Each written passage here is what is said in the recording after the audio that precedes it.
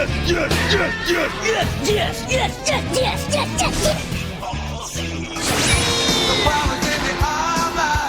incredible!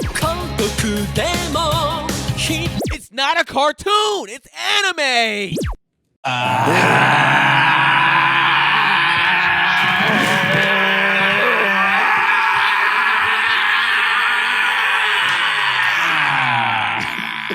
Tornado.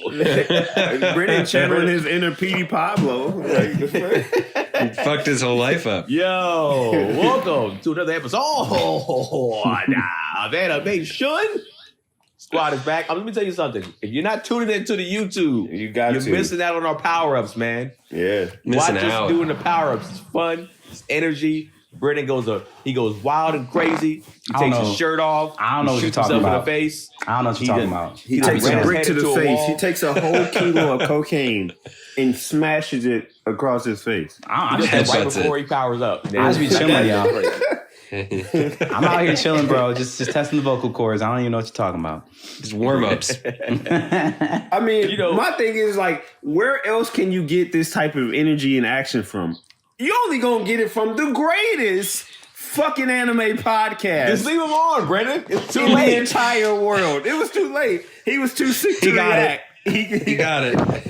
Did you not know it was coming? He set it up so obviously too. That was super. Did you not know it was Oh my coming, God. Brennan? Like He that was so too obvious. His senses are low. He's sick. He can't react like he usually does.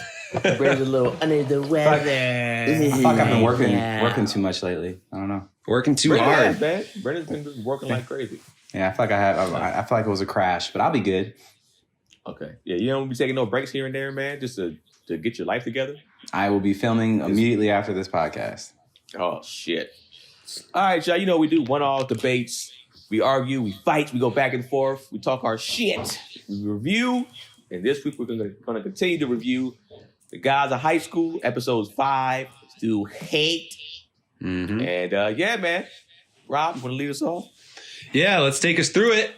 We start off in Han's memory from about 2 years ago. He and his friend that we've seen is sick are just beating the absolute shit out of each other on a rooftop. But we see this is actually kind of what helped them build the bond that means so much to both of them, is they kind of helps them build a mutual respect for each other. You know, kind of shows you what Han respects in a friend. But back in present day, Mori faces off against his Final Four opponent. This guy we've seen, you know, with the star headphones on, and though he may look like they had some special character design, and he promises he's not going to be taken down by his special like triple kick that Mori used on Mansiak. Mori just dismantles this man with absolutely no trouble, and his eyes are firmly set against Han in the finals. So Mori then goes to visit Mira in the infirmary where she's healing up, and just, you know, basically she tells him she doesn't hold the same grudge against Han. She's like, listen, he was stronger. That's all there is to it. You know, like I couldn't beat him. If I could have, I would have, and I couldn't. And in the end, we really can't be sure what's going on with him in his life. You know, we kind of just met this dude, so we don't know what made him go through this change that's turned him into this angry person. But Han's friend, though it turns out is not dead for now, but is in intensive care treatment at the tournament grounds. Han goes to visit him, and his friend's mom tells him like, hey, he's been in and out of sleep and asking about you, which gives him something to think about as he squares off against Mori in the final round. And as the match starts, they fight each other like really angrily, it seems. There's no brotherly love between these two at this point. They are straight up mad at each other. And some of the judges notice this, you know, and that they're very equal in skill, but, you know, they say, hey, there's a slight difference here, and that will be, you know, all the difference in the end. And Judge P, the blue-haired lady, you know, that we've seen, gets an important phone call at this point and rushes off. And in the ring, Mori is just like, hey, you know, how could you hurt our friend Mira like this? And, you know, hits him with the triple kick. But, you know, Han says he never thought of them as friends and unleashes his own devastating attacks. You know, they're going back and forth. In the infirmary, Mira is released and is on her way out of the hospital when she sees Judge P by Han's friend's room, where we see that this time he actually has passed away. He's dead. He's got the sheet pulled up over him. He's done. And she, you know, basically she sees Han's picture on the bedside, and it all comes together for her. We've seen a flashback that, you know, Han made a deal with Park Mujin to get his friend the nanobot treatment in exchange for basically giving overwhelming wins in the remaining 2 rounds. Back in the ring, he's about to unleash his ultimate attack, this Azure Dragon stance, and it knocks Mori down. But, you know, as Mori is getting back up, Park Moojin uses this opportunity to tell Han, hey, man, your friend didn't make it. Basically, our deal is done. You do whatever you want. And that Han is asleep on his feet in the ring at this point, just eating up attacks from an enraged Mori. And when he gets asked about the timing, Park Moojin's just like, it's in these kind of moments you see who a person really is. And it seems like Han's completely given up, but it's actually Mira who shakes him awake, cheering him on from the crowd. She gives him a note from his friend telling him, and the note from the friend says, hey, listen, I know you've been fighting for me. You don't have to do that anymore. Fight for yourself. And that renews Han. He realizes his mistakes, and now he and Mori fight each other without any animosity. Their match reaches this crazy fever pitch. Everybody's enthralled, especially Park Moojin, who's just like, oh, it looks like we got 2 tiger cubs. But in the end, Mori reverses Han's Azure Dragon attack back on him and causes a knockout. But the 3 main characters have buried the hatchet and they exit the arena together. Their friendship reestablished. And while we see this, we see, across TV, other contestants from the regional tournaments are, basically looking on, sizing up their competition. And most of them are not impressed. But next episode, somewhere in the woods, Nox, this cult-like church we've met a couple times, approaches Mori's grandfather, Taijin, basically like, hey, come along with us, fulfill your destiny. But he's just like, no, I'm going to do my own thing. But Mori returns home and, is wondering, hey, what is my grandfather up to? Next, we get this Cowboy Bebop style TV show update on what the tournament is doing. Judge Q, who Mori fought, the green haired dude, and Judge O, dark skinned dude is it a man or a woman? It's like a weird, ambiguous haircut. I can't really tell. I think it's a lady. The voice actor sounds like a woman, but then later in the episodes we see something said to him, and I'm confused. It's ambiguous. But we haven't seen much of them. But they announced that there's a rule change, and the national tournament will actually be a 3 versus 3 fight made up of the top 3 participants from each region, which means that Mira has to face off against Star Headphone Boy from Mori's Final Four matchup, and get this man a potion because she handles the business. And no problem. This guy's just, oh man, this is like a villain origin story for this poor guy. He can't win. Later, the judges discuss the logistics of making the tournament 3 versus 3. And some are worried, how it'll work out. But Park Moojin's just like, these difficulties will push these contestants to help them find out what they are looking for. Basically this key that will help them for some greater purpose. And they also address how they should deal with Nox. And, Park Moojin says he's activated the 6. So something ominous going on there. On the way home, Mori's lamenting he won't be able to fight Mira and Han since they're all going to be on the same team now. But he passes by an old man on the street who gives him some weird vibes. And then as soon as he turns around, that old man is gone. But sometime later, that same old man, we find out his name is Na Bong Chim, meets up with Park Moojin. And after a bit of sparring between the 2 old friends, they talk about Mori and acknowledge that, he's got high potential. Turns out that Bong Chim is one of the members of the 6. And he says that he's going to train Mori. But they wonder, what Taijin would think of that. So clearly they know his grandfather. But Taijin is busy. He's smoked most of these Nox dudes that have showed up, but, a few are left standing, and they unleash a very powerful attack against him as this enormous glowing sword drops down from the sky and causes just... fuck your, Iron Maiden level attack, Yeah. Big-ass sword in the sky. And there's just a huge explosion. Later, the 3 characters all get a bit of individual training. Mori runs into Bong Chim at a park, who helps him heal up his sprained ankle and tells him he'll train him. Mira runs into Judge T, the announcer from the ring, and discovers, hey, this guy is blind, and he actually has a wife and child that he provides for. But he's also wiser than he appears and helps her, with her understanding that she needs to be more adaptable to unlock her sword style's true power. Han, meanwhile, he lost his sight to the...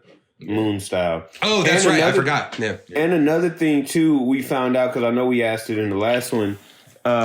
Jim Moore, he makes those stories up in his head because he found a cat in a tree and he was just like, "Oh, you got to get back to your dead grandma." And it was like, my grandma's alive, bro. Like, what are you talking about? Yeah, he doesn't have any special second sight. He's just making shit up.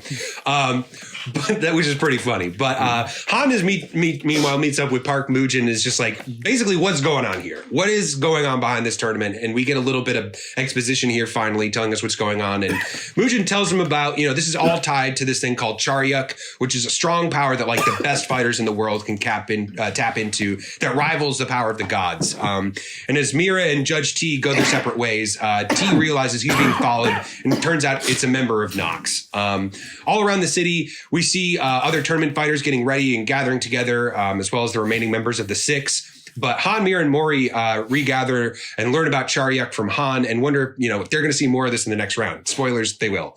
And so they rush off to the locker rooms for the next stage of the tournament. But there's a surprise when they get there. There's a new announcer, this guy, Judge X. And we see that the other judges are just receiving news that Judge T was killed in his meetup with that Nox member. And elsewhere in the city, even, Judge Q is under attack by that same member and appears to be bleeding out on his apartment floor, just impaled by this sword. Episode 7, the national tournament begins with our main team matching up against their first opponent. The fights will be individual matchups with the first team to get 2 wins advancing. Mori is the first to enter the ring and brags about his new techniques while Bong Chin watches proudly in the crowd, but he uses the wrong pressure points, ends up paralyzing himself, loses the match in no time flat. That was hilarious. I was a little bit shocked about that. I didn't think it would have had the main character lose, to be honest. Yeah. I thought they would. Yeah. Because I was like, they got to give Mira the redemption and they got to give Han, and because like you already know, like Mori can win, right? So they got to make sure that like Han and Mira get their chances to be like, all right, they can hold their own too. Yeah. So back at Judge Q's apartment, though, his attacker is gloating about killing one of the judges, but Q has more up his sleeve than it seems and severs his opponent's arm and is ready to continue fighting using his Charyuk, this Joker thing we saw him use against Mori in the ring. Back at the tournament, Han matches up against this huge muscle-bound dude that turns out to be a 38-year-old high school student. I know he was grown as fuck when they introduced him when he was walking to the tournament. I'm like, dog, this dude is a super senior. There's no way this dude's really a high school kid. They can't explain this to me the correct way. No. He really should not be allowed in the tournament, honestly. But, even if he's in like a GED program or something like that. But he's, he's pretty strong and withstands Han's special attacks. And in a flashback, we see how the opponent's team kind of came together and they inspire each other to not give up, always chase their dreams, even through failure. And Demon they can always try again. Give the bad guy background shit. I was like, fuck, man, I don't care. I don't care about this old ass man. No. And, they'll need to, because even when this high schooler uses his hammer, Charyuk, Han punches through it with his Azure Dragon technique and knocks him out cold, evening the score to 1-1. So Q, meanwhile, back in his apartment, continues to disarm his opponent, quite literally. But it turns out that his Charyuk is able to, this Nox guy, his Charyuk is able to regenerate, basically tie his arms back on, heal his severed limbs. But it's not enough. And the only thing that ends up saving him is the intervention of 2 more Nox members who are there to kill Q, a blue-haired avenging angel type guy named Ivanovich and this quiet girl eating candy named Saturn. Combined, they start to overwhelm Q, but he gets some help of his own from Judge O, who also shows up just in the nick of time. At the tournament, Mira's facing off against her opponent, the last one, a girl who specializes in kendo, so it's a wooden sword versus a bamboo sword. But in the end, it's Judge T's wisdom which made the difference, and she's able to adjust her opponent's Charyuk and defeat her without her sword. The judges, meanwhile, face off against their Nox opponents again, and we see O's Charyuk is this giant fire dragon that causes Saturn to launch into this obscenity-laced tirade. Which is supposed to be, like, holy. He has this big-ass cross. Yeah, she's got the Wolfwood cross-gun thing going on. Q is easily handling business against Ivanovich. That's no problem. Dog shit out of both of them. These judges are no slouches. And it seems like they're pretty strong. And it seems like they're about to kill these Nox agents when the stronger two take off, leaving only that first guy behind, and his head just fucking literally explodes in a huge fireball, blasting like the top floor of this apartment building out. And as our home team celebrates their first win, the judges are left wondering how somebody could have found Q's address when it's supposed to be top secret. And Park Moojin just says, hey, we've got a traitor amongst us. So on top of that, they find out that Taijin's, fight, and the only thing left behind, and other than that huge destruction, is his severed arm. And they figure he must have been captured. So the episode closes with a match between Jang Hol Taek, this guy that we've seen kind of around, this fierce fighter with a cold intensity, and John Jugak, which is one of the grandchildren of the Six. The match turns intense quickly as Taek uses his Chariot to basically eat up Jugak alive, and several people try to interfere to stop the brutality, including Han. But in the end, there's just absolutely nothing they can do to stop Taek from just mutilating his opponent. And as the last episode starts, Jugak's grandfather, Jason, the magician of the Six, is looking on and trying to, heal him from the fight. And he asked, Park Moojin, why didn't he disqualify that dude? And Park Moojin is just like, because he could be the key that we need. It could be any one of these kids. And in the background, his grandson starts to flatline. So tough break for that guy. Next, we see some other team matchups. One side led by this guy, Park Ilpio, and his beefed up brawler cousin, Swenga. I'm butchering these names, I'm sure. They're down 0-1 when Swenga steps into the ring against a much bigger opponent. She uses some counter techniques to take him down. We find out they've got some solid strategy on their side. And as our main three, watch this from the crowd, we find out, Han's been suspended for one game, for one round, for interfering in the match. But, as Ilpio steps in the ring, Mori recognizes the tiger symbol on the back of his hoodie. So we see his fight. He's fighting this punk rocker type guy, who ends up lasting a bit longer in the ring. But it's clear, Ilpio is much stronger than his opponent. He's using this old school fighting style to easily overpower him and his Chariak. He doesn't really even power up all that much. And Mori realizes he recognizes that symbol on the back, that tiger symbol on the back of his hoodie from his grandfather's military outfit. So there's a connection there. On the way home, the main three lament not being able to use their own Chariaks. Han and Mira are just like, hey, we got to work harder, try to unlock theirs. Park Moojin told him, not everybody, you can train your whole life and not get one of these things. So they really got to try to push themselves to unlock that. Mori gets kind of touchy about it. He's just like, I don't want to get stronger using somebody else's strength, and runs off on his own. And we, I'm out of here. Yeah. And we've seen a flashback that, Park Moojin told him his grandfather might be in trouble. Clearly, this is bothering him, even though he's just like, somebody fought my grandfather, I'd be worried about them. It's not long, though, before he runs into Ilpio, and the two spar as sort of a handshake, and they both could have kind of knocked each other out. But it seems like Ilpio's a friend, or at least an admirer of Taijin. And he tells Mori about his background, about, he was left to train at his uncle's after his father's death. And it was at that dojo where Taijin found him and gave him a book of all of, his grandfather's secrets, Ilpio's grandfather's secret fighting techniques. And basically this inspired Ilpio to become stronger. But that happy moment is ruined when Taek attacks from nowhere. And after fighting him off, Ilpio tells Mori, hey, you got to be careful. There's I'm friendly, but there's some others out there that are pretty dangerous, wrapped up in this tournament. At Tourney HQ, Q attacked Park Moojin's office, demanding to know why he let Nox kill Judge T's wife and child. And Moojin easily overpowers this dude, showing off just how, who the fuck do you think you are? Basically force pushes this dude up against the wall, breaks his will, and is just like, by the way, you'll be paying to get this all repaired. Bro, they keep holding him with this shit, bro. He had 9 months at this point. So much money. He's out. Money and suspension, bro. That's some British shit for real though. I could see him doing that. Hey fam, you fucked up again. That's another 3 months. Let me show you my power real quick. But on top of that, you fucked up that you redoing this whole area. 3 months pay. 3 months. No arguments here. It's a business, man. It's a business. You have to understand it. Why after he done whooped your ass. Hey man, just let you know, man. It's a business. This is I not have to pay for this. Business this is 3 months right here. Let me bring you the bill of how much this fucking drywall had to cost. Who's gonna pay for that? And on top of that, to put salt in the wound, Q's fucking wrong about all this. It turns out that Park Moojin was actually looking out for them. Maybe he's not such the cold, calculating guy that we think. He actually had P use her powers to basically make these imitation illusion marionettes of T's wife and child, and that's who got killed. So he gets docked another 3 months of pay, and he's on his way home, scrounging for change underneath the vending machine when he runs into Han. who is like, hey, if you train me, you teach me to use the Charyak so I can, become as strong as Mori, stronger than Mori, I'll feed you dinner every day. So this really can't come at a better time for Q because he's about to be hurting in his wallet pretty bad. He's scavenging for dimes and shit, looking under vending machines. That's tough, man. I've been there.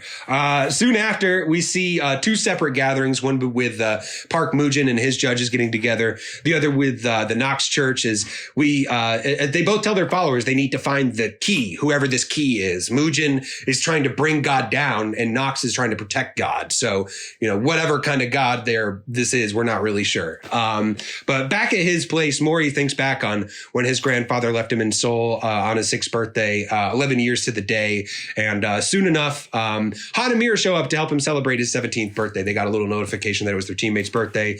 He was sad at first, but now he's starting to realize the importance of friendship, that his grandfather tried to tell him about. But it's actually the next day that Mori wakes up to another knock on his door. This time, not so pleasant.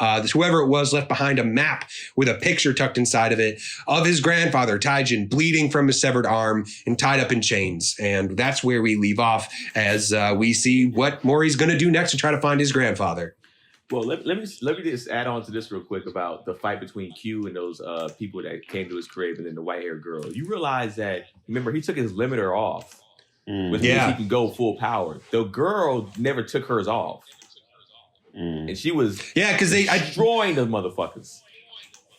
Yeah, because what I didn't mention is they do say that those are the inhibitors, and she's like, you're not supposed to take those off without permission. So you're absolutely right. She never took hers off. And when they call that meeting, when Park Mujin calls that meeting, he's just like, everybody take those off. We're going full power now. Like, we're going loud against Knox. I want to see how strong she is if she was able to do what he was doing pretty much. They she were didn't take hers off. Dog walking her. They would beat the brakes off them. But yeah, now it's on to the question portion of the show. So first question. Technically, only for the people who haven't seen the show before. Which one of the judges do you think is a traitor and why, Rob? So I'm only going from a narrative perspective. The only thing that I'm thinking is that I think it's the blonde one, and I think it's only because Mori has just been like, I want to fight that dude again. And that's going to be the perfect opportunity for Mori to have to fight that dude again, as if it turns out that he is the traitor. And we haven't seen that dude much, so that's my theory, that the traitor judge within the ranks is actually the blonde judge that we've kind of seen sort of on the outskirts of this conversation. That's what I think. Brandon? I've seen the show before. Oh, yeah. Ice. I think it's his secretary, his second in command. I think it's her just saying like, because she's so close, she got so much information and she can make a poker face, and it's just like, the ones closest to you are the ones that hurt you the most, and I think that might be. I can see that. How it goes. I thought it was her, but didn't she say that they protected the family and she could have got the real family killed? No, I think she's just playing her role. She's like, it's not time. It's not time. And that might have gave her fully up too if the family got true. It's like in Secret Hitler when you're fascist and you gotta pass those liberal laws sometimes when you're under the gun. You can't point yourself out. Yeah, you got to play it sneaky. I get that. Yeah, I thought it was her too, but then with that, but that makes sense that she could just be doing that so she didn't give herself fully up. So she's kind of my pick also. And the blonde hair dude, I agree. They haven't really showed him much, so I don't know what the hell is going on. Fighting a 38-year-old in this high school fight. Have you ever beat up somebody older than you or fought somebody older than you, and did you win or lose? Me? No, I never. Not that much older. Not like within 5 years or more older. Maybe a year older than me, I did. And I ain't gonna lie to you. I was losing, and then I bit this motherfucker in his chest. I was in elementary, man. You got to do what you got to do. I was getting ate up. And I remember I was on the ground crying, and I got up, and I just charged. I was like, and I beat him in his chest, man. Did you start winning? Oh. Nah, he started crying, he won, and then the teacher came and broke it up. And I remember I was standing over him like, like an animal, bro. Like, Wow. That's hilarious. That's funny, man. Rob. Never like an actual fight. No, I did. I mean, like I said, I did used to do like some martial arts stuff, like a little bit back in the day, and I'm sure I must have sparred like against older people, and usually like they kept people like similar age ranges together. So I was never like fighting a full like grown adult because they definitely would have beat my ass. But yeah, I remember there was one particular guy who was older, who was actually smaller than me, but that dude was fucking fast. And like you knew like if you were going to go up against him, like you had to watch out for that because that guy he had hands. Like he was, that was the thing. You had to look out for him because he was quick. Like he was a bit older than us, but he was smaller. So I guess maybe that's why he got lumped in with us. But he was no joke. Brennan. Something kind of similar to Rob is that I took Brazilian Jiu Jitsu for a few years when I was like 21, 22. And I remember the first 2 days, all they make you do is this thing called a crab walk where you just literally lay on your back and you do this. It's very uncomfortable and it's supposed to build up your core and your ability to escape from holes and stuff like that. So that's all I did for the first 2 days. And you guys know me, I was talking shit the whole time. Because everybody else was like what they called rolling or fighting each other. And while I'm just doing the crab walk up and down, and I was talking shit. And so like one day the instructor was just like, all right, Brennan, let's see what you got. Kind of thing. We'll put you up against some of our like lower level people. Put me up against this like 40-something-year-old guy, and I put this motherfucker in a pretzel. Like it was like I whooped his ass. And they're like, oh. They were like, oh, really? I was like, yeah. And they were like, okay, let's move him up to the middle level stuff. And I was just like, bring it on. Man, they lit me. Like I got my ass whooped. But that first guy was not ready. So like I immediately, like as soon as they said I had me fight, they immediately moved me up, and then they were asking me a lot of questions too. They're like, "Do you have any brothers? Like, did you grow up fighting? Like, how did you know how to do this? How did you know how to do that kind of stuff?" And I was like, "Oh yeah, I have a twin brother," and they're like, "Oh, okay, that makes sense," kind of thing. Because most people don't realize is that having a twin power is a bit of an unfair advantage in most competitive things. So people wonder like, how is he so good at Super Smash Brothers and all the other random games that are like just games you could just play at your house or do? Is like because I always had my equal to play against. I always had somebody who was willing to do it and as competitive as me to play against in everything. So my level of competition. What about if you have an older brother? Wouldn't that be even harder because they're normally going to be better than you have a year up? I would say that's a coin toss because like older brothers can just decimate you and you don't really learn too much from that if you do it every single time. Totally. They'll get bored with you and they won't play you as often. But if it's your equal, they'll play you every time because it's like, yo, you barely won. It's like, well, you still ain't shit. Let's play again. So like I have like a huge leg up on pretty much anybody in any competition. It's like, why is he so good at everything? It's like, well, I'm not special. I just happen to be a twin. Maybe that makes me special. Oh my god, that does make sense because sometimes I be dog walking. Too. He didn't say like I know. I fucking clocked that for sure. That's hilarious. I'm just saying. Go ahead. Is it y'all have been around me? Like, am I not unnaturally good at most things? I don't know about unnatural. Yeah, look at you guys. Right. You don't want to give it to me. I love it. Yeah. I don't know about that. I don't know about unnaturally. I know we I don't know if we'll ever see it, but I just still want to see you do something athletic. Like I just need to see that at some point in my life.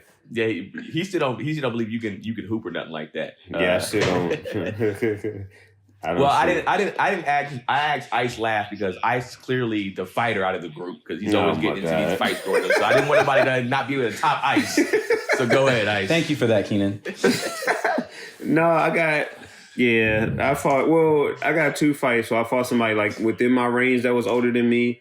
This guy that was a couple years older than me, I beat him up and he like had to grab my dick in order to even have a chance. But the older person that I fought, I beat up one of my girlfriend's dads. Oh my god! Yeah, because he at the time she wasn't my girlfriend. We were just talking, and then I guess she was lying about where she was at or whatever. But he like he used his car, and then he put GPS in the car. Long story short, he pulled up on us in the parking lot and was just like, "Get out!" And I'm like, "What? Like, were you smashing in the crib in the car?" No, we were actually just chilling. It's broad daylight. It's like 11 a.m. Like we were just in the parking lot. I'll be smashing this I mean, I guess that don't make no difference. Yeah, no, but we were just Especially chilling back then. You got to get it in wherever you can get it in it. Yeah, so we was just facts, and then he just pulled up and was like, "Get out the car, little motherfucker, get out the car." And I'm like, "Fam, who is this dude?" And then she's like, "That's my dad." And then he had this Bluetooth, and in my head, I'm like, "Yo, I'm smacking this fucking Bluetooth out his ear just off the strength." And then he opened the door, and I said, "Hey man, like don't touch me, don't do nothing." He's like, "What you gonna do, little punk?" And he went to like push me up against the car, and I smacked the fuck out his Bluetooth, and then I just 2-pieced him up, and then like she broke it up and was like, "Don't do this." Like, "No, little motherfucker, you want to do all this stuff?" I'm like, "Come on, bro, like I will really beat you up." And then I proceeded to what how old were you? You said I was in college. I came because I was on college break. I was on summer break from college, so I had to be like 22, like 21, 22. Okay. I thought you were like 15, 16, beat dad's ass. Nah, I was like, this nigga is a superhero, bro. No, I had some. And this is like prime. I did something to my dad, but that was different. But it's like somebody else's father. This is prime like track lifting, swole. I'm like D1 athlete.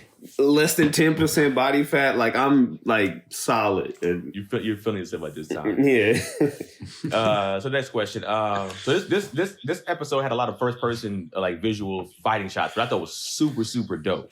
What was your favorite one in this particular show? What's your? I'm not sure in general in anime, but Reddit, this is your question. Are you talking about just in general in anime or just in this this show? In general anime. Go ahead first, Sid. All right, so you guys saw that in this episode we had some first-person view stuff. We also had Kamehameha in this run, or a Hadouken. Yeah, we did. Hadouken, yeah, Hadouken.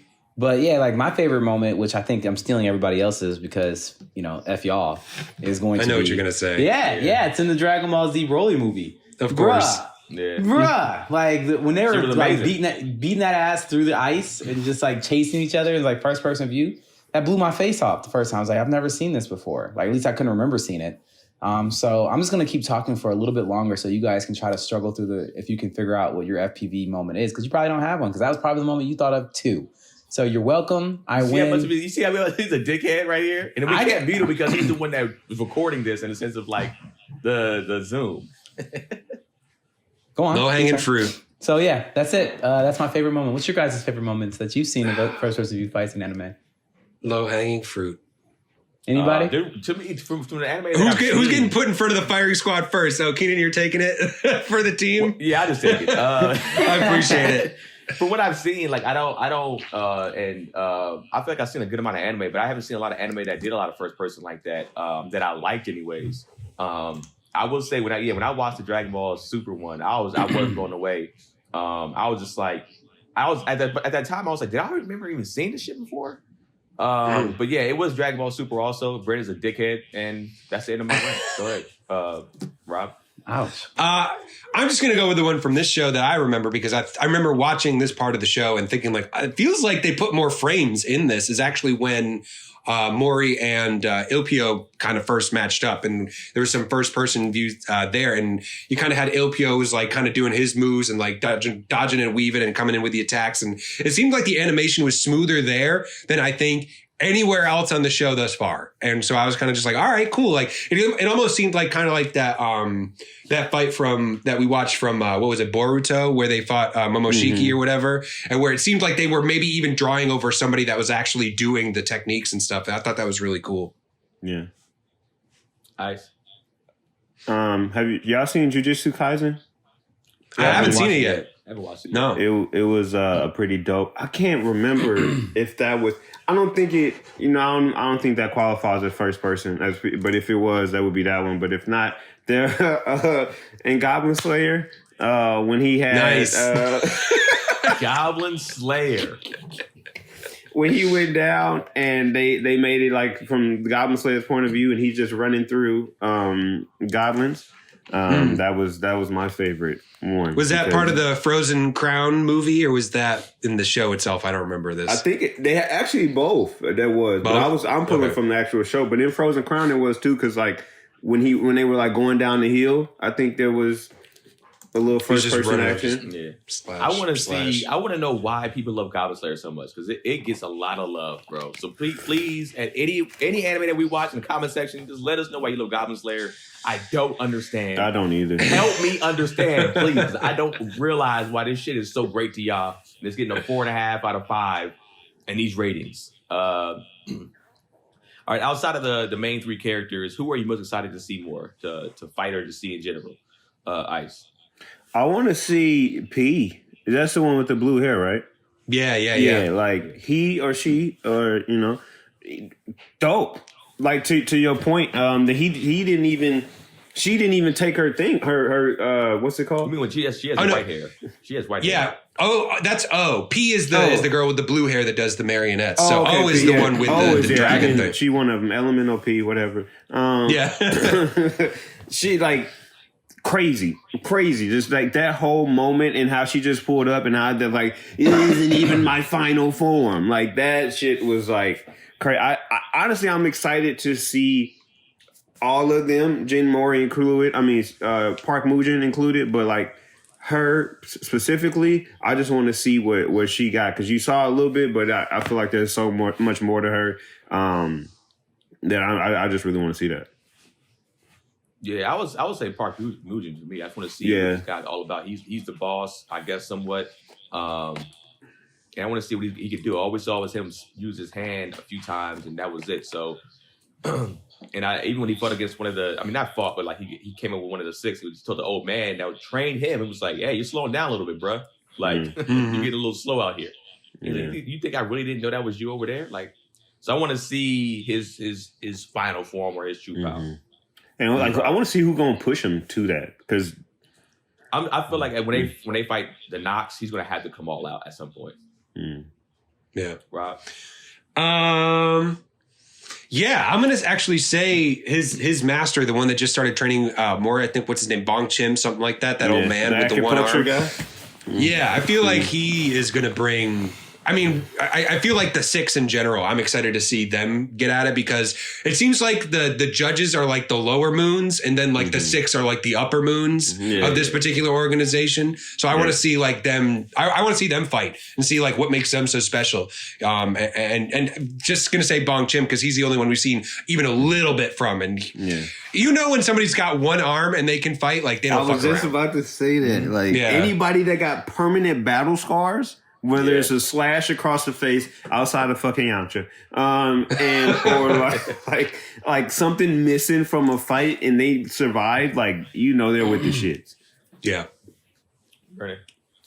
I want to see General Mori's grandfather. Yeah, definitely. That's what I want to see because like his name comes up and everybody just like hits the floor. They're just like, wait, he's who? Like, I mean, that's like goals. If you want to talk about legacy goals or whatever, can you imagine that you have done and accomplished so much in your life that anywhere your grandchildren go, like your name gets brought up and everybody just like, yo, like, wait, you're a descendant of Henry Ford? Like you're a blah, blah, blah, like whatever that may be. It's like your last name is Tesla?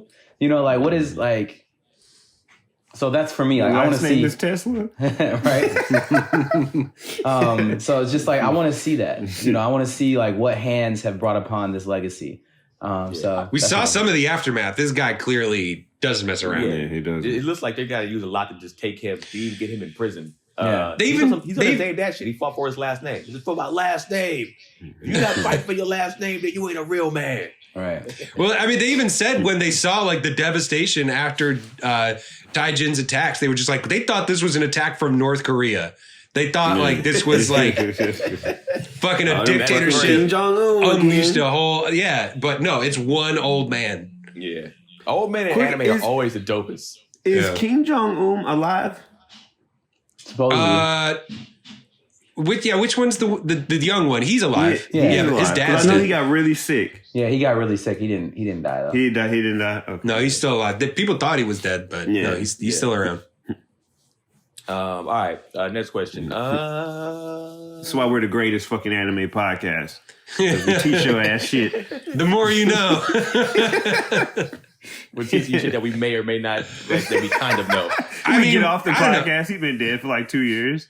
Yeah, it's like, well, he could. It's North Korea. It could be like a clone or a fucking double or some shit. Who knows?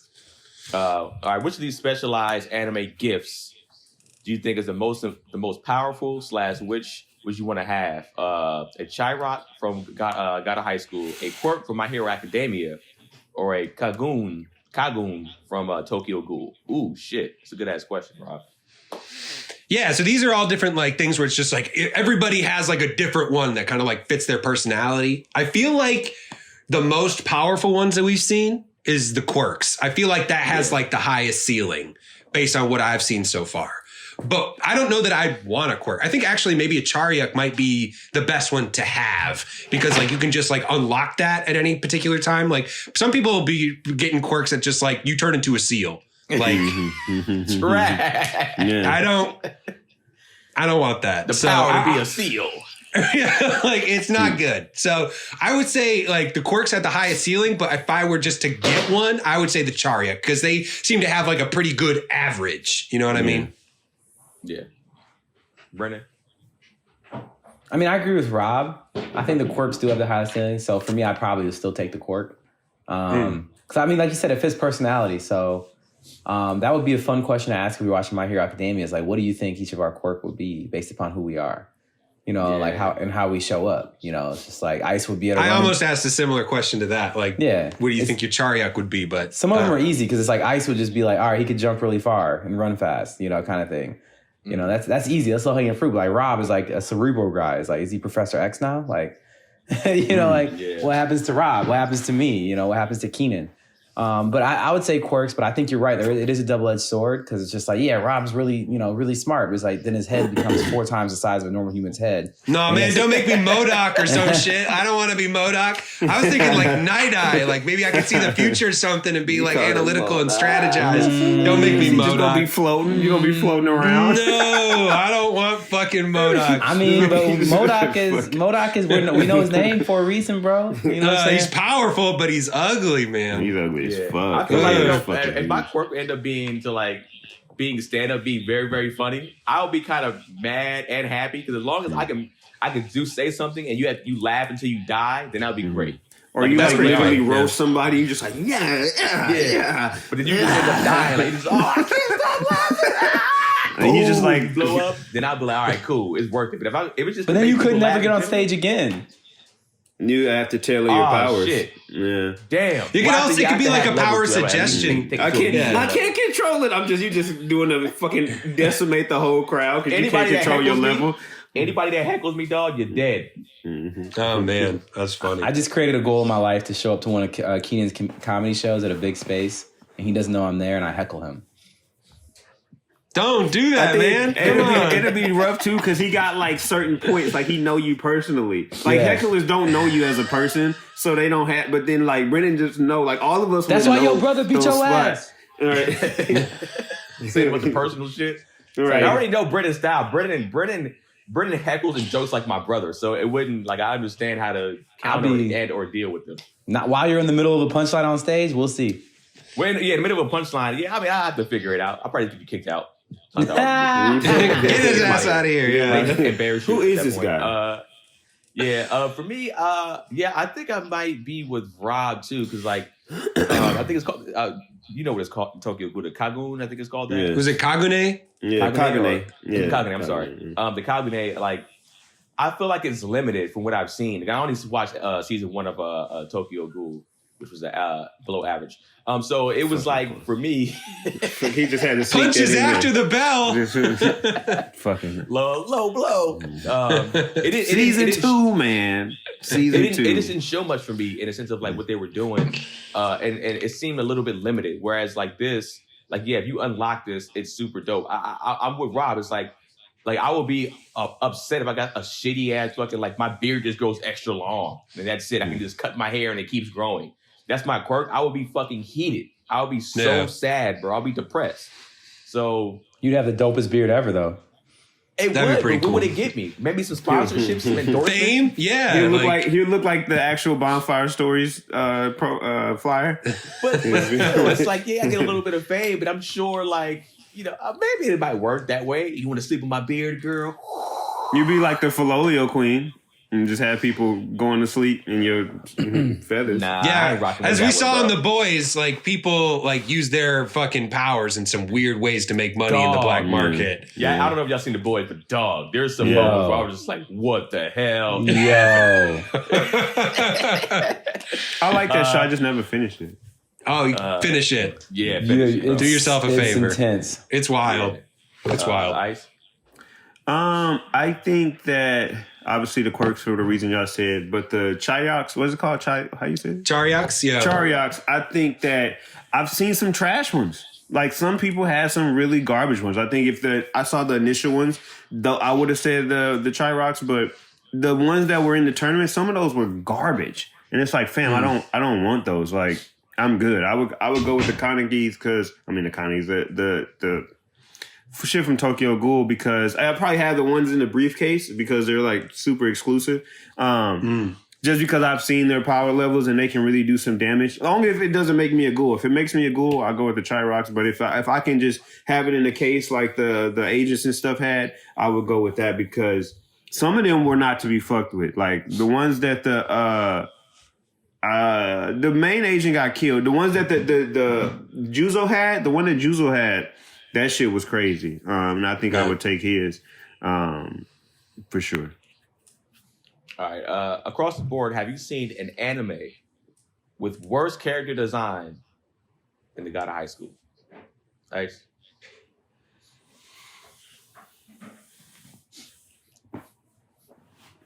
No.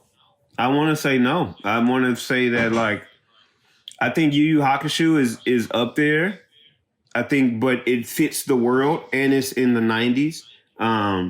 Again, too, I feel like Hunter x Hunter is kind of there, but again, it fits. Like, anytime I think of something with trash character design, like, Goen's outfit, garbage. Like, garbage. Killua's outfit is garbage. He's just Killua's a kid in a outfit- regular. Trash. But it fits what they're trying to do. Like, it fits a kid. Like, what do you expect a 12-year-old to wear? Like, so it's just like, all right. And it fits what he does. He's an adventurer, got a fishing pole, got it. That's trash, Yusuke's bro. It is. Yusuke's outfit, garbage. But he's a school kid. So it's just like, whatever. So I don't... They're school kids too. What are you talking about? True, but it's like they like it. I don't know. It just fits the world that they built, like how they have kind of uniforms and stuff. Like it fits the world, but it's garbage.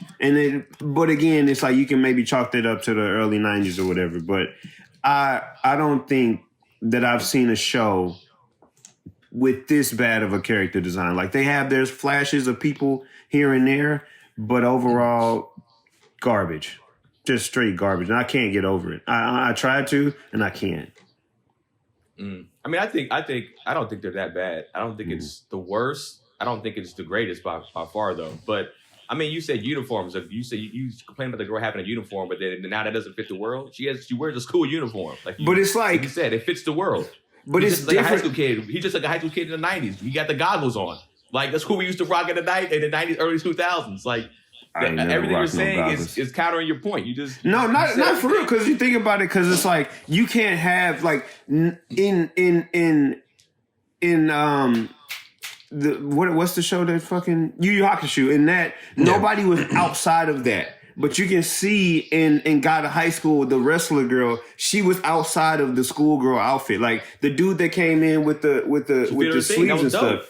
But I'm saying like they're showing that they can do something outside of it, but they're choosing not to. And that's what I don't like. It's just like you give me flashes of people that can look dope, but you're like, fuck the rest of these people, especially the main characters. Like everybody else, like nobody else in Yu Yu Hakusho was just like they outfit was crazy. Everybody fit. That's why I said it fit the world, because nobody was outshining nobody else. But like clearly the side characters, the couple people in God of High School, they show that they have it, but everybody else, they're just like, well, we don't give a fuck. And Yeah, I see what you're that- saying.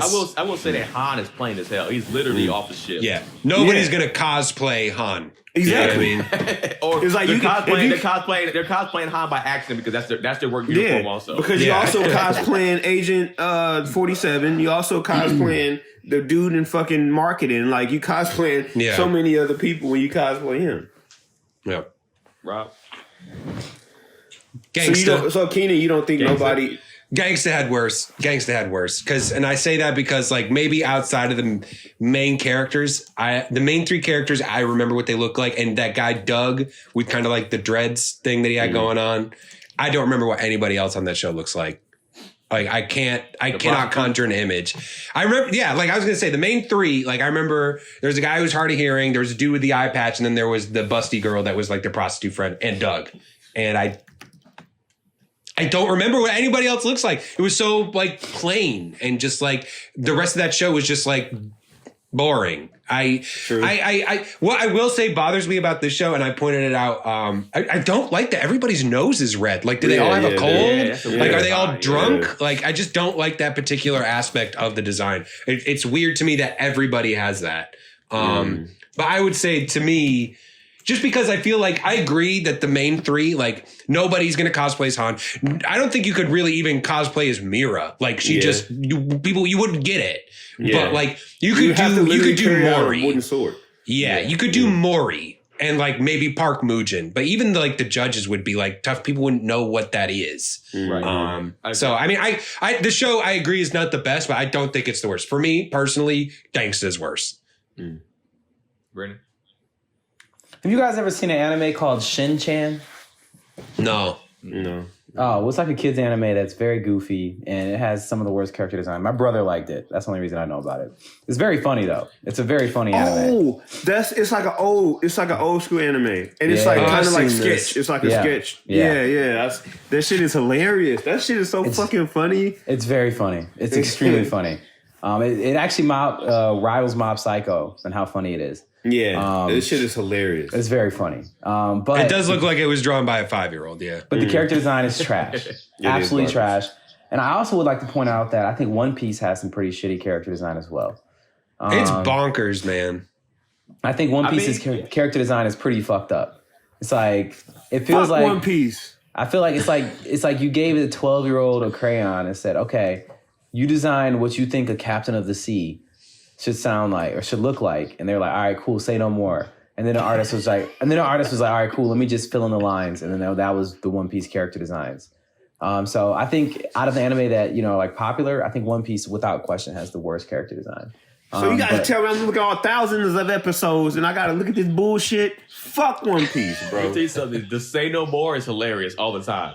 Do this. Say no more. Say no more. Say no more. I got it. Man, but it's just how you look at Luffy. Like, my man is just rocking like a Abu from Aladdin, vest, sweater, like little vest, and like a hat. Like I don't even know what I'll call that hat. Like a sombrero. It's a straw hat. A straw hat. Yeah, straw hat. But they're the straw hat, like, pirate gang or And something high like water that. Like, pants or that's some their... shit. It's like, this is your king? This is this your king? is this You know your what I'm king? saying? Like, so I can't get down. That's one of the biggest reasons I can't get down with One Piece. Is just like, Have you watched any of it? I started watching One Piece a while ago. I probably watched like 5 to 7 episodes, and I didn't hate it. I just was just like, this is moving so slow that I'm terrified because You it's still like got 20,000 more episodes. That's why exactly. That's it's like moving this so is slow. moving so slow. I can't even get into this. So yep. Speaking of that, guys, if you didn't hear the last podcast, he's going to start watching Naruto. I said I was thinking about watching Naruto, and then you said you were going to send me the episode list I was supposed to watch, and it's like, man, when I got that, I was really excited to start. Remember when you sent that, Ice? I said I would. Yeah, I did. I didn't send it. No, But I just said making sure. I didn't Just know making if sure. you were because you Just were making still on sure. the you were still Just on the making fence about sure. it. But I mean, you made it so I You're don't have a getting- choice to make. Excuses You're are like getting assholes. it. You all got one. They all stink, guys. You getting it right after this show. Right. Ice is a king of that. Oh, I got you. Guys, I was so excited after he brought it to me. He sent it like, oh, you didn't do that, did you? I did not at all. No, it's cool. Okay, next question. Do you think do what you want is a good motto? Brennan. I think it's not a good motto as it stands alone, but I think there can be a lot of good brought from it. Because like, if you tell an 11 or 10-year-old boy specifically, do what you want as a motto, there will be hell ensued. Like it will be bad.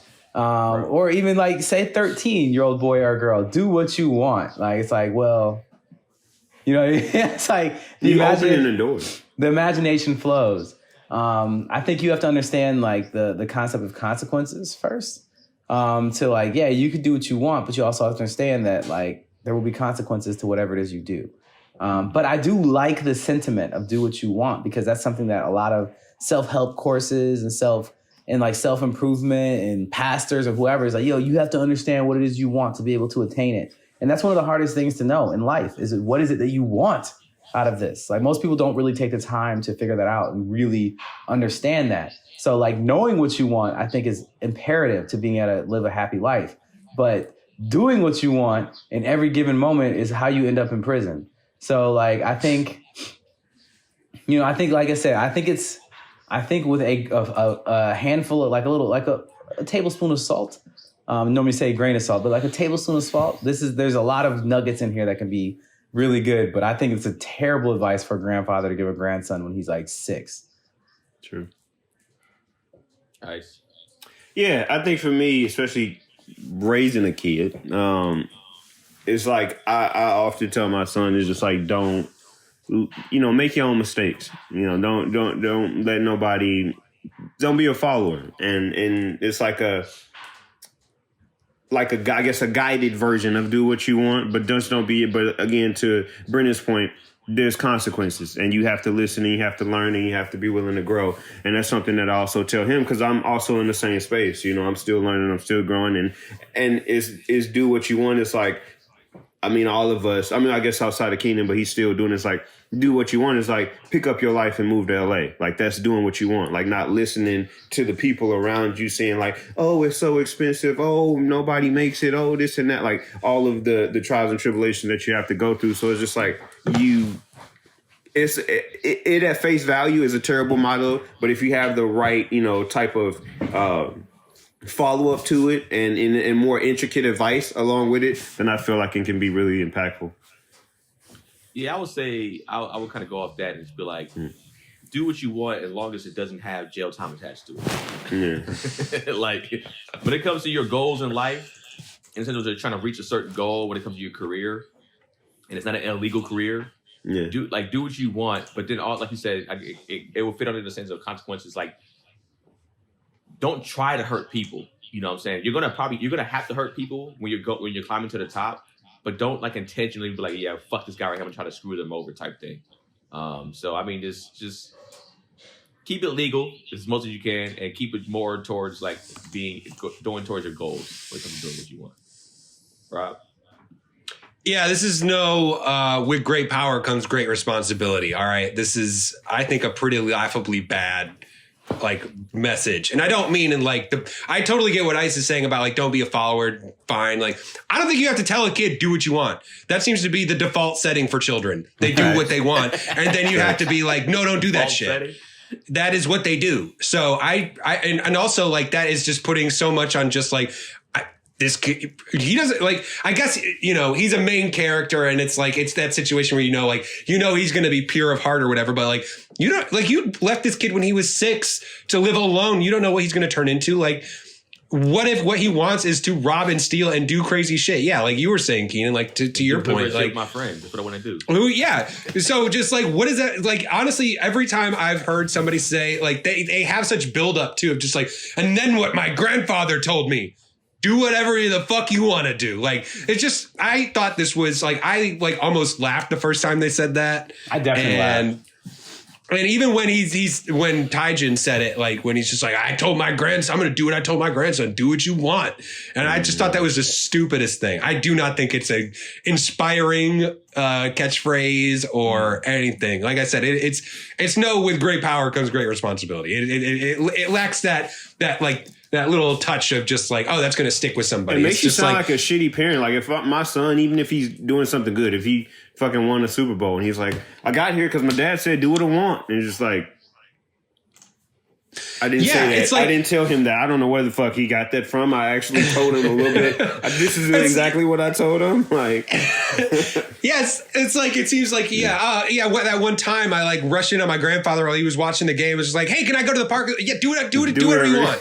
Yeah, just like it seems like it was more like that than it was like actually inspiring advice to live your life by. So it's like, no, like Ricky Bobby. I've been first and then you last. Like I've been living my whole life on that. It's like it's second, it's third. Like what the fuck? I was probably high when I said that shit. Yeah, I don't think it's a good catchphrase. I don't think it's a good maxim to for them to adopt.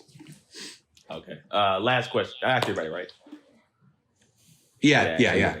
Last question. Have you ever and here friends had to go at it and fight, man, and then they became cool afterwards. Have you ever fought one of your friends and they remained cool afterwards? And did you win or lose? Me, I fought one of my friends named Kier. And Kier was known for fighting. He was a football player. He's a kid that was always stronger than all the other kids in elementary at the time.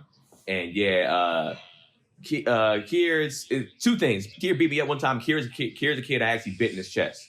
That I was talking about earlier. Oh shit! Wait, great call, man.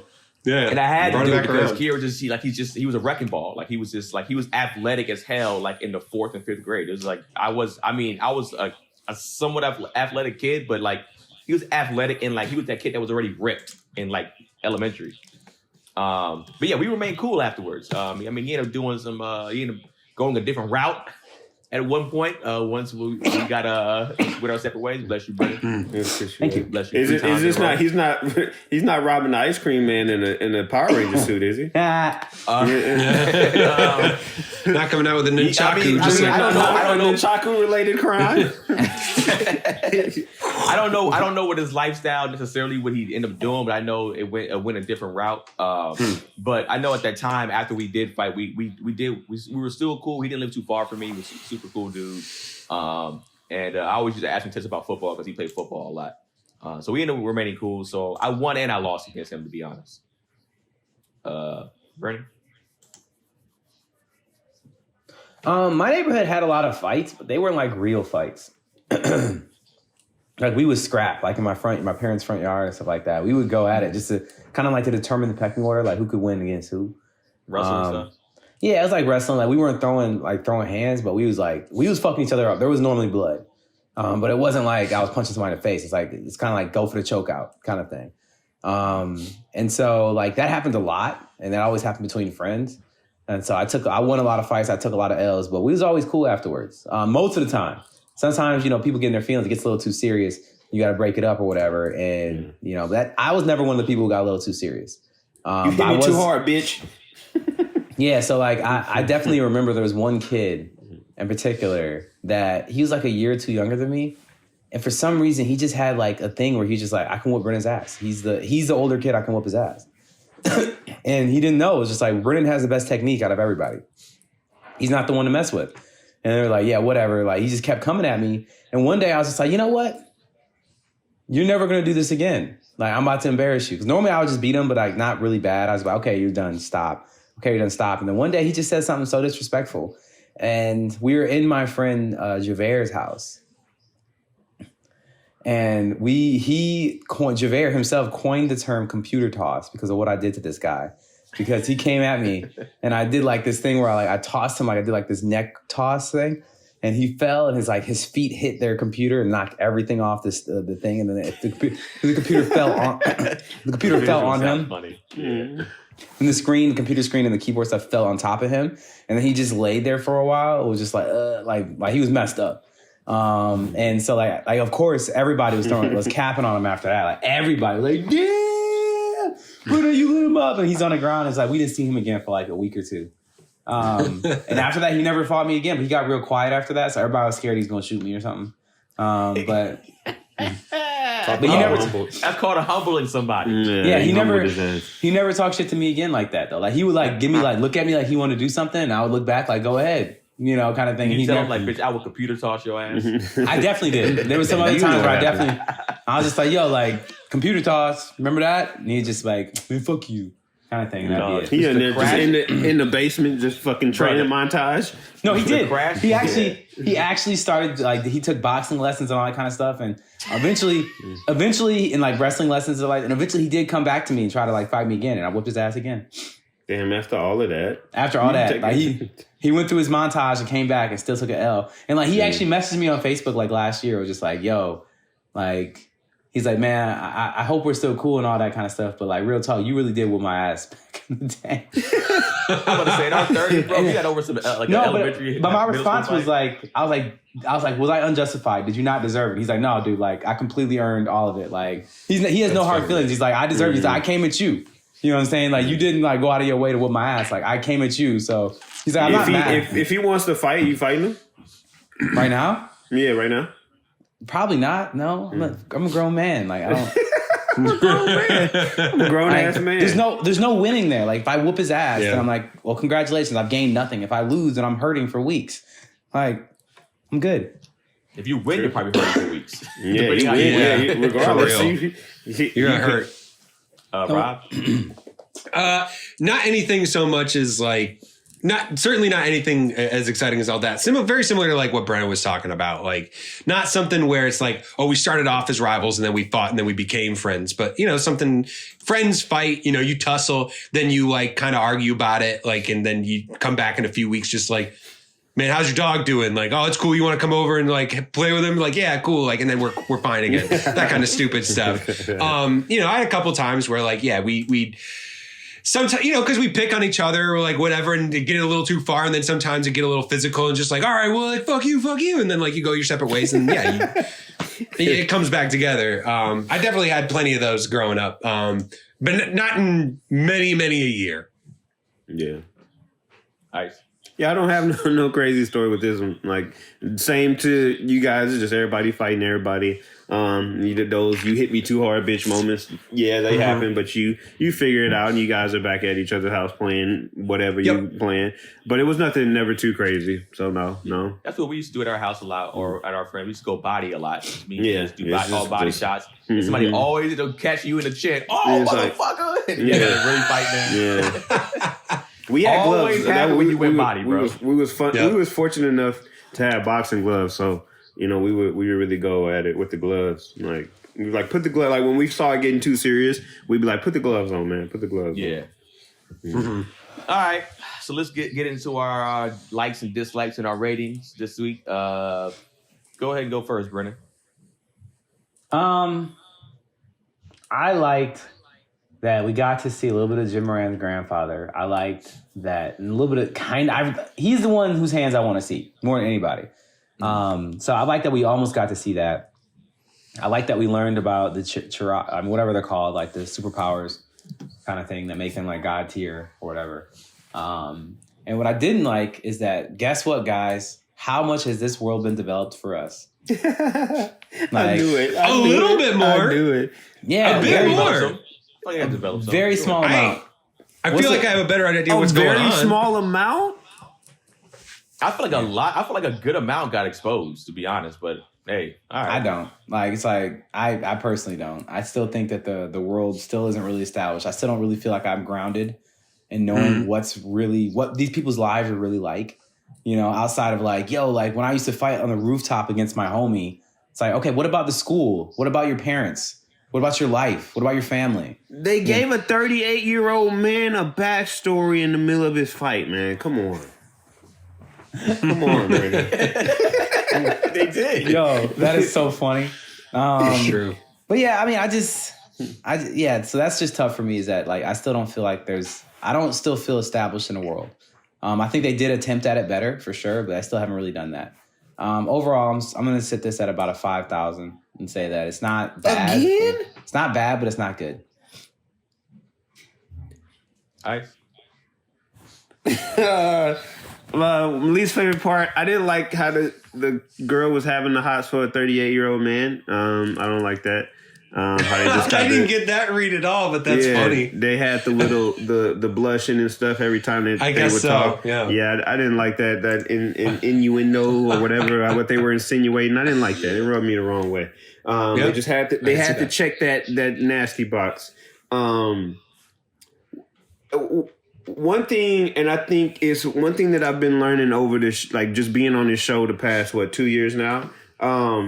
Just watching a shit ton of anime, and I'm getting like how even prior to that, but like there's so many tropes that you see now. Like we see the same thing over and over again, so it's like it's hard to stuff to stand out. You see the 3-person team, you see the friendship, you see the breakup, you see the grandpa.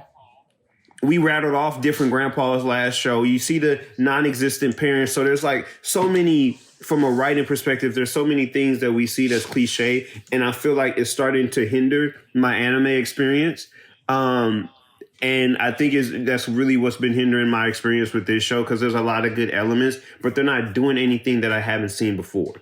We've seen a tournament of power. We've seen 3 friends. We've seen an ominous group in the background. We've seen all of these things. So it's just like, and they're not doing it to the effect that makes me like, I'm not hitting up any one of you 3 guys saying, yo, did you see that fight scene? Or, oh, did you see what Park Mujin? Or like, there's nothing there that just like is flooring me. And if you're going to check boxes like this, at least do it to a Demon Slayer level, to where it's like, okay, this is crazy enough to where it's like, all right, that's a great moment. But you check the box, but the animation looks so dope that it's like, I got to give it to you. And they're not doing that for me. My favorite part was the guys, what's the level, the Elemental P guys. Those guys, when they fought, I think that was my favorite moment, because they really got active, and I'm excited to see that. And that's what really makes me watch the show even more. But it's still kind of stagnant. It didn't do nothing to make me go crazy. So I'm gonna stay where I was at with a 6,500. Okay. Rob. Yeah, I had a similar favorite moment actually to Ice, that fight with O and Q and O, yeah. Versus the 2 guys those 2 or 3 guys from Nox. That fight was awesome. I thought I had a really fun time watching that fight, and just like when that dragon thing showed up, I was like, oh shit! That I had a lot of fun, and like to see them like even just chopping off arms and stuff. I had a good time watching that fight, because what was going on in the ring just wasn't that interesting. Right.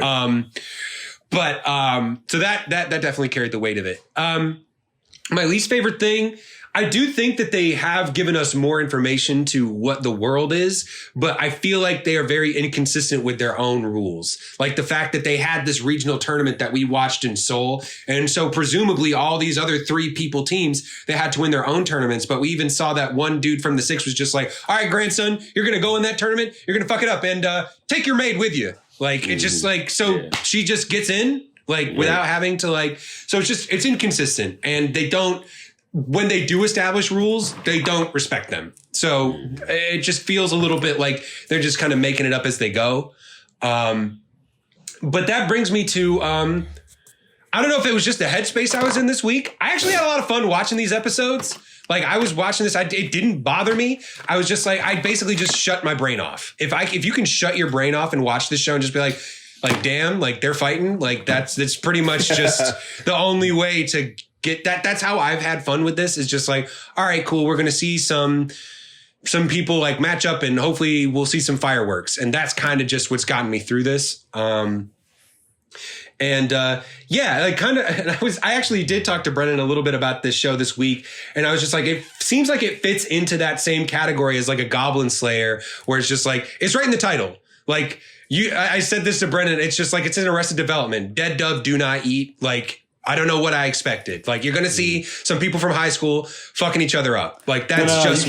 You gotta describe the dead dove do not eat thing. You can't. Yeah, just like you open up the fridge, you see dead dove do not eat. You look in, and there's a dead dove, and you're just like, I don't know what I expected. Goblin Slayer, he's going to be slaying goblins. The end. That's why people are rating it high. They were just like, I want to see some dudes slay some goblins. That's what you're getting.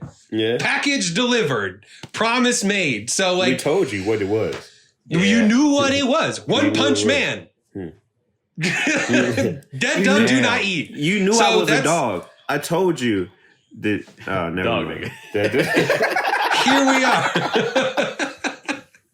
So that's where I'm kind of just like, I feel like I'm actually going to give it a higher rating this week. I'm going to take it up to a 6,000. I was at a 5,000 last week. I'm going to take it up to a 6,000 just because I was like, I stopped thinking about it. I was just like, fuck it. we're gonna see some high school students fuck each other up. That's There the you show. go, Rob. Brennan just like fuck this show altogether. 5,000, back to back 5,000, back to back. He's in the high minority in this. Like this show is loved by a lot of people and it's highly rated by a lot of people. But so is Goblin Slayer.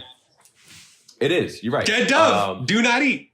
So is Gangsta. So is Gangsta too. That's why I don't care about ratings anymore. I just don't care. I don't know about that one. Like, think about our audience picks and the ratings match up perfectly. Well, for me, I would start off with my least favorite moment. I didn't think the fight scenes in the ring, anyways.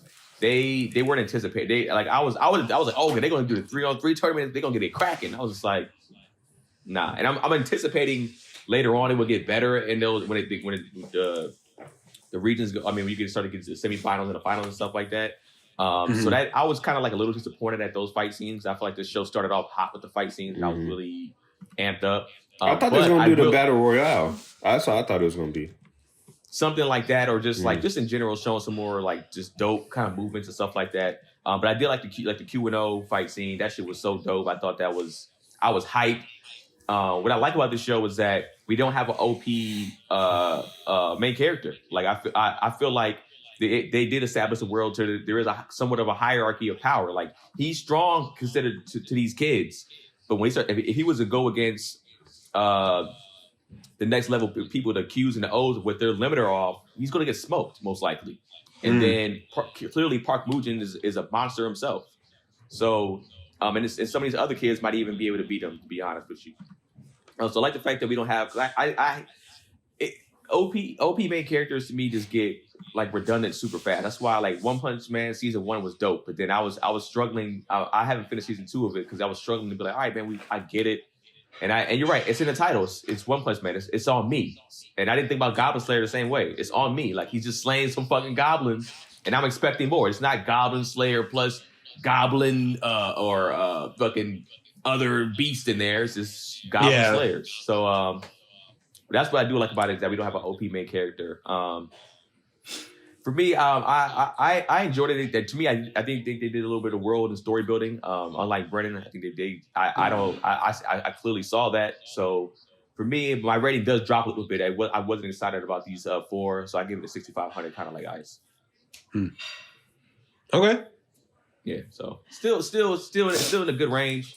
I think the first 4 were just better, but these did establish a little bit more. And I think they left me with a nice little cliffhanger. This show right now, at least how we're watching it in 4s, is leaving up for cliffhangers, which is good. You know, they left us off with like a sign with his grandfather. Now you at least want to see what's going to crack with that, see what's going to go on. So, episode 4 though was terrible. Brennan's 5,000, like, or do you think he's wilding? I think 5,000 is a little low for sure. I think I don't get how it would be a 5,000 for the things that we watched that he's rated 5,000. I believe. Compared to this and those. So I don't understand that, but I guess I somewhat understand because in his head, he's not seeing world building. So since he's not seeing world building, I can see why somebody will rate that low if you're not seeing that. But I see some world building. So that's why we're just not gonna agree because of that. Is this better than Iron Blooded Orphans? Not for me. No. For me, kind of a little bit. Like I like the action in here more, but it's like I get Iron Blood Orphans has some kind of depth to it, as a little bit more depth to it for sure. Some kind of. I mean, they have more episodes to string out stuff and tell stories. So yeah, I feel like they're moving through this like maybe their source material super fast. Like any other show, like these individual bouts of like the 3 versus 3, like that would be a whole episode. Would be Han versus the 38-year-old high schooler. That'd be a whole episode. But like they're just like, no, we're gonna get through that entire 3v3 matchup in half an episode. And you know that's how I figured they're moving quicker than they probably can. Just 13 episode first season type thing. But I don't, like I said, Iron Blooded Orphans wasn't this great anime like how Brennan said it was. To me, it was cool. It wasn't nothing special to me. Yeah. But I get why somebody would like Iron Blooded Orphans. I'm starting to I liked it. when I'm watching these I thought it was anime, good. I get why, like, if I'm like, I don't fuck with this because it's not my style, but I get why somebody would like this. right. So, all right. I already know what my next pick's gonna be. Another mech or No, season 2. Season 2? Y'all need to understand. Okay. As long as somebody picked Jujutsu Kaisen soon, because I'm so mad I didn't get a chance to pick that because it wasn't finished yet. It's got to finish first. Yeah. Yeah. I'm watching it now. It's fucking hard. Yeah, I've heard none but good things. But all right, go ahead. Make sure everybody answer all y'all questions, all the questions we always ask in the comment section. Let us know what y'all think. What did y'all rate this? These 4 and so far the show so far. Who's your favorite character in this show? Let us know, man. We're excited. Go ahead and drop your stuff, Ice. Ice McGowan, Ice.McGowan on everything. I always take this time out to shout people out. And it's funny that he's taking his headphones out, but somebody I did want to shout out, this will probably be the last and final time I will ever do this, is Mr. Brennan. He's my dog. As much as I give him shit, we had a good conversation this past week, which was a really, really great conversation. I appreciate him for that. So I just wanted to shout him out on the public forum. And you raggedy bitch, I sent you the episode list. So Wow. In the look at inbox That right flipped now. immediately. Like, yo, we're cool. We're great. You raggedy bitch. Like, damn. I'm gonna end on a compliment with you, bro. He has to. No, it's crazy. Build you up and break you down. Facts. But I do appreciate him. Like I shot him out a couple episodes ago and saying that he's consistent. He wants to again prove that. And I always, cherish his insight. But I did send your raggedy ass that episode list I wanted. So now you have no excuses. Watch that shit. Thank you. Fuck you. Proper response. Go ahead, Brendan. With your stuff. I'm at Mr. Producer Face on Instagram. Still hasn't changed his name yet. He's not gonna change Nothing. it. He's not gonna I go. actually looked into it. I did look into it. Look into what? It's just changes to your name. Ain't nothing to look into. He just took a quiz. What should So my you handle have to be? look into who else has your name. And so there are people that do have my name on Instagram and also variations of my name. So I looked into the possibility of changing it to my actual name, motherfuckers. So before you put a make fun dot. of me, understand what I'm talking about. There was one with a dot. There was one with a dot with my middle name. There was one with a dot with my last name. There was one with a dot with the first letter of my last name. There was one with a dot with the first 2 letters of my last name. All right. Dash underscore. I looked into the underscore and it didn't have my last name. Just a straight underscore was available. And I was thinking about that. So that's what I was saying. When I looked into it, I was like, I'm You considering gotta it. do it when somebody else takes it, bro. I don't know Put if I your give a birthday fuck to the enough end. is my point. I don't give a fucking, I don't know if I give enough of a fuck. That's where I said I looked into it to see if I consider, like if I want to do it or not. And I'm still I feel considering like Brendan is a super professional guy, and I feel like he will have he would be the first person. You need a professional email. I feel like with social media, It's Instagram. It's similar, though. Instagram. People make But you put money your- off Instagram. But you put your business on Instagram. You True. put Yeah, but I have stuff my business on there. has an Instagram. So like, there you go. There's my professional. It's got its own, yeah. It's got its own thing. Whatever. You know, Rob has all of these names. Like none of these pages are real. This is his attack back to you. Anytime that you do something shitty to him, he goes on Instagram and makes another page with a name that you can't take. It's all That'd be me. hilarious if Brendan underscore's taking it as him after this. You can I have them wanna for keep a like a- reasonable price. You're right. I want a raise, bitch. Give me my raise. I think Tony Baker had to do that. He had to find something. He had to find a guy to get his name because he had to do Tony Baker It comedy. was a big, for it was a while. big thing. People- It was a big thing. People do Wow. that shit and just hang on to it and wait for the day, just like, Pay me. And then when they get big, I'm gonna cash in. It's shit. They do it on for websites for sure. Go ahead, Rob. RV Danger on Instagram, RV Danger 44 on Twitter. Keenan Baker on every single thing, y'all. Animation Podcast on Cash App, Animation Podcast on Instagram. Follow us, Facebook, all that stuff like that. Hit us up. We comment back. We thank y'all every day for tuning in. We thank y'all for tuning in to another episode of Animeshun. Peace. And so anime was solved forever.